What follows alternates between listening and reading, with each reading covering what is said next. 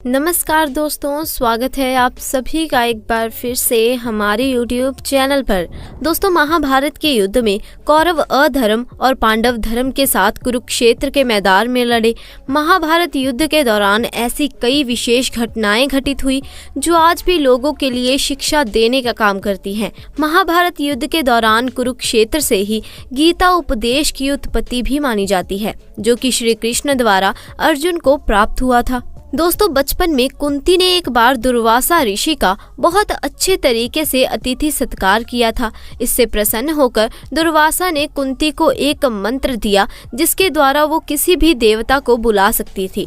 एक दिन कुंती के मन में उस मंत्र को आजमाने का ख्याल आया। वो बाहर निकली तो देखा कि सूर्य अपनी पूरी भव्यता में चमक रहे थे। उसकी भव्यता देखकर वो बोल पड़ी, मैं चाहती हूँ कि सूर्य देव आ जाएं। सूर्य देव आए और कुंती गर्भवती हो गई और एक बालक का जन्म हुआ। वो सिर्फ 14 साल की अविवाहित स्त्री थी। उसे समझ नहीं आया कि ऐसे में सामाजिक स्थितियों से कैसे निपटा जाएगा।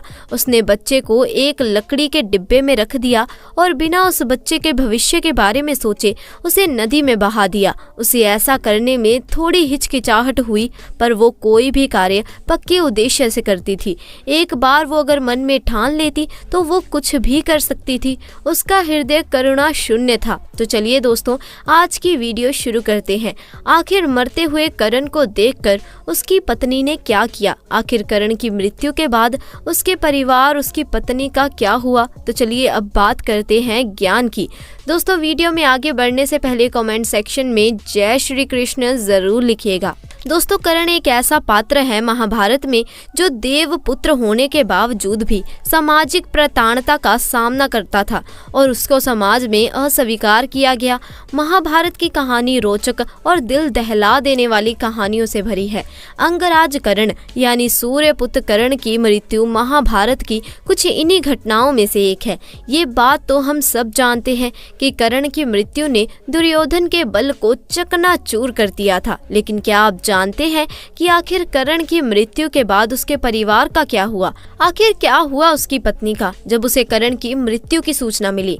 दोस्तों, अंगराज कर्ण की पत्नी का नाम रुशाली था। महाभारत में कर्ण की पत्नी रुशाली का वर्णन एक बुद्धिमान, चरित्रवान और पतिव्रता पत्नी के रूप में किया गया है। अंगराज कर्ण की तरह ही उनकी पत्नी रुशाली भी एक सूत पुत्री थी। एक सूत पुत्री होने के कारण अपने पिता आधिरथ के कहने पर कर्ण ने रुशाली से विवाह किया था। रुशाली दुर्योधन की विश्वास पात्र सारथी सत्यसेन की बहन थी और एक बुद्धिमान स्त्री भी थी। महाभारत में कर्ण की पत्नी रुशाली के बारे में बहुत ही कम वर्णन मिलता है, लेकिन रुशाली का तप और प्यार किसी स्त्री से कम नहीं था। महाभारत में उसे सत्य और निष्ठा का पालन करने वाली एक धर्ममा स्त्री के रूप में दिखाया गया है। ऐसा कहा जाता है कि रुशाली को द्रौपदी के चीरहरण की खबर पहले ही लग गई थी। रुशाली ने दुर्योधन और शकुनी के इरादे को पहले ही भांप लिया था। रुशाली ने द्रौपदी के चीरहरण को पहले से ही रोकने का पूरा प्रयास भी किया था, लेकिन होनी को कौन टाल सकता था? कहते हैं कि कर्ण की मृत्यु के बाद रुशाली की जीने की इच्छा लगभग खत्म हो ही गई थी, लेकिन उसके बाद वो कर्ण की चिता पर ही उसके साथ सती हो गई। महाभारत के युद्ध में कर्ण के सारे पुत्र मारे जा चुके थे, लेकिन उसका और रुशाली का एक पुत्र अंत तक जीवित बचा हुआ था। जब रुशाली को कर्ण की मृत्यु की सूचना मिली, तब उसे पता चला कि उसका दाह संस्कार किया जा रहा है, तो वो भी युद्ध भूमि में पहुंची। और उसके बाद जब कर्ण की चिता पर आग लगाई गई, तब उस समय रुशाली भी उसके साथ सती हो गई। कहते हैं रुशाली और कर्ण का एक पुत्र जीवित बचा हुआ है। जी हाँ, ऐसे तो कर्ण के 9 पुत्र थे। कहते हैं रुशाली तो कर्ण के साथ सती हो गई, लेकिन सुप्रिया, माता कुंती, गांधारी और धृतराष्ट्र के साथ वन में तप के लिए चली गई थी। कहते हैं कर्ण के ये 9 के 9 पुत्र बड़े ही तेजस्वी और पराक्रमी योद्धा थे और ये सब अपने पिता के समान ही हर युद्ध कौशल में माहिर थे। महाभारत के युद्ध में कुरुक्षेत्र के युद्ध भूमि पर कर्ण के पुत्रों ने खलबली मचा दी थी। उन्होंने अनेक पांडव योद्धाओं को हराया और भारी मात्रा में पांडव सेनाओं का संहार किया। कर्ण के पुत्रों ने युद्ध में वो रण कौशल दिखाया जिसे देखकर अनेकों पांडव योद्धा भयभीत हो उठे थे। अपने पिता कर्ण के समान ये भी पांडवों की विजय में बड़े भ्राता थे। पांडव जानते थे कि बिना कर्ण और उनके पुत्रों के दमन के वो युद्ध नहीं जीत सकते।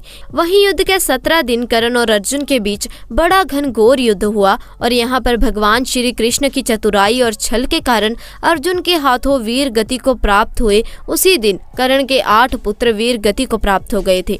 वहीं शत्रुंजय, वृषसेन और द्विपद को अर्जुन ने मारा। वहीं भीम के हाथों वनसेन की मृत्यु हुई तो चित्रसेन, सत्यसेन और सुषेण को स्वयं नकुल ने मारा। इस प्रकार कर्ण के 9 में से 8 पुत्र महाभारत के युद्ध में मारे गए। दोस्तों कहते हैं वृषकेतु कर्ण और वृषाली का एक लौता जीवत्य पुत्र था।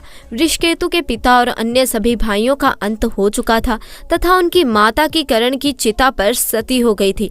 वृषकेतु अकेला हो गया था। उसके सभी अपने चल बसे थे, लेकिन इसके बाद भी उसने कभी भी अपने मन में बदले की भावना नहीं डाली।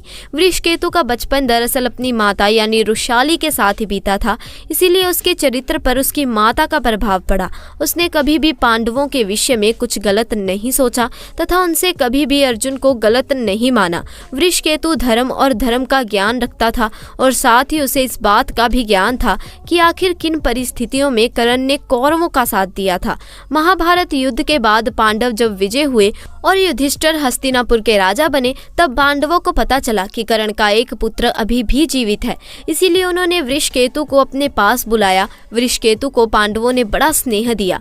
अपने बड़े भाई कर्ण को सच्ची श्रद्धांजलि देते हुए पांडवों ने वृषकेतु को इंद्रप्रस्थ का राजा बनाया और कर्ण पुत्र वृषकेतु ने युधिष्ठिर की छत्र छाया में वर्षों तक शासन किया तथा वो एक आदर्श राजा के रूप में स्थापित हुए। वृषकेतु और घटोत्कच के पुत्र में बड़ी गहन मित्रता थी तथा उन्होंने मिलकर अनेकों युद्ध जीते थे। दोनों ने मिलकर भद्रावती की सेना को भी हराया था, जो कि उस समय में बड़ी खूंखार सी थी। वृषकेतु ने कहते हैं कि अर्जुन के संरक्षण में कई सारे युद्ध जीते और अनेकों युद्ध में अर्जुन के साथ रहते हैं। जब युधिष्ठिर ने आश्रम का यज्ञ किया तब उस समय भारत विजय पर स्वयं अर्जुन के साथ वृषकेतु भी निकले थे, जहां दोनों ने मिलकर अनेकों राजाओं को परास्त किया और उनके राज्यों को छीना। इसी अभियान के समय में जब जाने अनजाने में अर्जुन के पुत्र बभुवाहन से उनका मुकाबला हुआ तो बभुवाहन का युद्ध स्वयं वृषकेतु के साथ भी हुआ था और बभुवाहन ने अर्जुन के साथ साथ वृषकेतु का भी वध कर दिया था। माना जाता है कि अर्जुन की अन्य पत्नी उलोपी ने अर्जुन के साथ साथ वृषकेतु को भी पुनः जीवित किया था। कहते हैं वृषकेतु अपने पिता कर्ण की तरह ही एक बहुत ही तेजस्वी और पराक्रमी योद्धा थे और उनके शिक्षक कोई और नहीं बल्कि स्वयं अर्जुन थे, जिन्होंने पथ पथ पर हमेशा उनका साथ दिया, क्योंकि अर्जुन भी शायद कहीं न कहीं वृषकेतु में कर्ण की उस छवि को हमेशा देखते थे। सिर्फ यही नहीं कहा जाता कि वृषकेतु ही इकलौते ऐसे योद्धा बचे हुए थे जिन्हें ब्रह्मास्त्र, वरुणास्त्र, अग्नि अस्त्र, भाव अस्त्र और अनेकों कायिक दिव्य अस्त्रों का ज्ञान था। सिर्फ वही एक आखिरी योद्धा थे जो पृथ्वी पर मौजूद थे जिन्हें इन सभी दिव्य अस्त्रों का ज्ञान था। इसके बाद कोई भी योद्धा या उनकी पीढ़ी में से ऐसा कोई योद्धा नहीं जन्मा जिसे इस सब दिव्य अस्त्रों का ज्ञान हो। तो दोस्तों, आप कर्ण के पूरे परिवार के बारे में क्या सोचते हैं? कमेंट बॉक्स में हमें ज़रूर बताइए। साथ ही दोस्तों, वीडियो पसंद आई हो तो इसे लाइक करें, शेयर करें और चैनल को सब्सक्राइब करें। धन्यवाद।